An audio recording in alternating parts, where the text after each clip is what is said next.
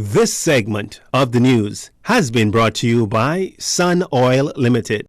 Welcome back. An airplane with 20 people on board experienced landing gear issues at the Lynden Pindling International Airport Thursday afternoon. According to the Aircraft Accident Investigation Authority, the nose gear of an Embraer E-110 aircraft with registration C6CAB operated by Lee Air collapsed. The aircraft was reportedly en route from Haiti. The collapsed landing gear resulted in a runway safety excursion taking place to prevent any further incident involving other aircraft.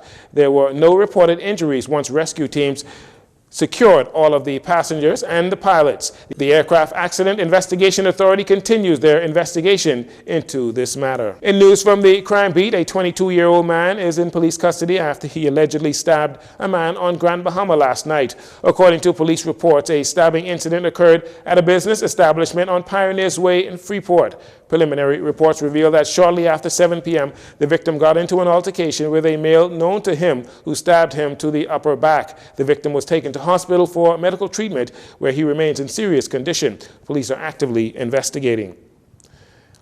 An Abaconian man is in police custody tonight as officers seized some 12 kilos of suspected cocaine and confiscated over $7,000 of assorted currency.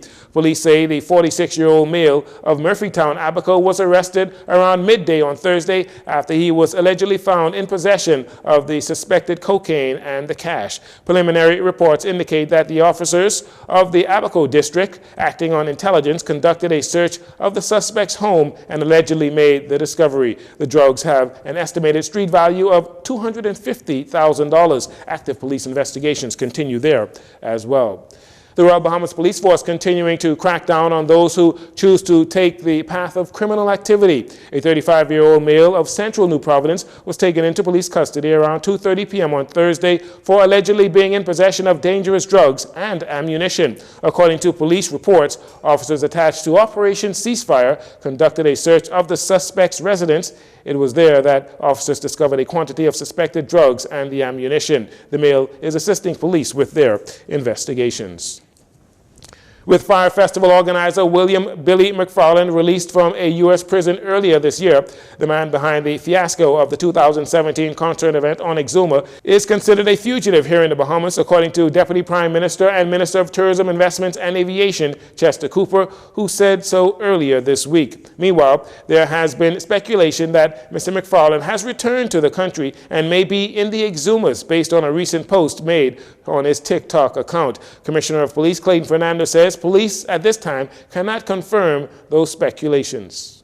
What I can say, I got that information that he may be here. That has not been confirmed, and we are still checking to see if we have any complaints with respect to him at this time. That is something that is still that I'm still checking to see if we have any complaint with respect to him at this time. McFarland, who in 2018 entered guilty pleas for fraud stemming from his role in organizing the Fire Festival, allegedly still owes several vendors on Exuma who say they have yet to receive payment nearly 6 years later. On Tuesday, Deputy Prime Minister Cooper told reporters that he believes there are several complaints with the Royal Bahamas Police Force against Mr. McFarland. Commissioner Fernando says, as the matter occurred some years ago, police are currently compiling records from those complaints. Well, that's what we are trying to find out now. There was a few years ago, and we are trying to identify the complaints. Once we have done that, and if he is here, then he will be arrested and questioned with respect to the matters. And finally, celebrating the 30th anniversary in the Carmichael area, Sawyer's Studio saw it fit to give back to the community by partnering with the Bahamas Carifta Local Organizing Committee in donating a check for $2,000. Charles Sawyer II tells us about the inspiration behind the donation. I've been in track and field when I was a kid, and so it is only natural for me to flock back to it, even though I'm not initially running and jumping now. So the best thing is to keep the young ones going and to get them the inspiration that they could go on to beat Carifta and Olympics. Mike Sands, president of the North American, Central American, and Caribbean Athletic Association, or NACAC, accepted the donation on behalf of the local organizing committee that is very grateful for that donation.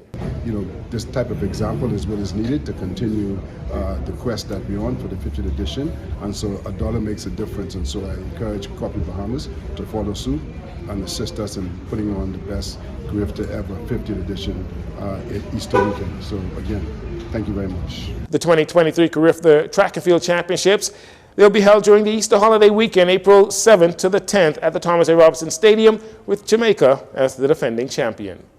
And that'll do it for your JCN Evening News. Once again, I'm Jcn Saunders. Thanks for joining us. This segment of the news has been brought to you by Sun Oil Limited.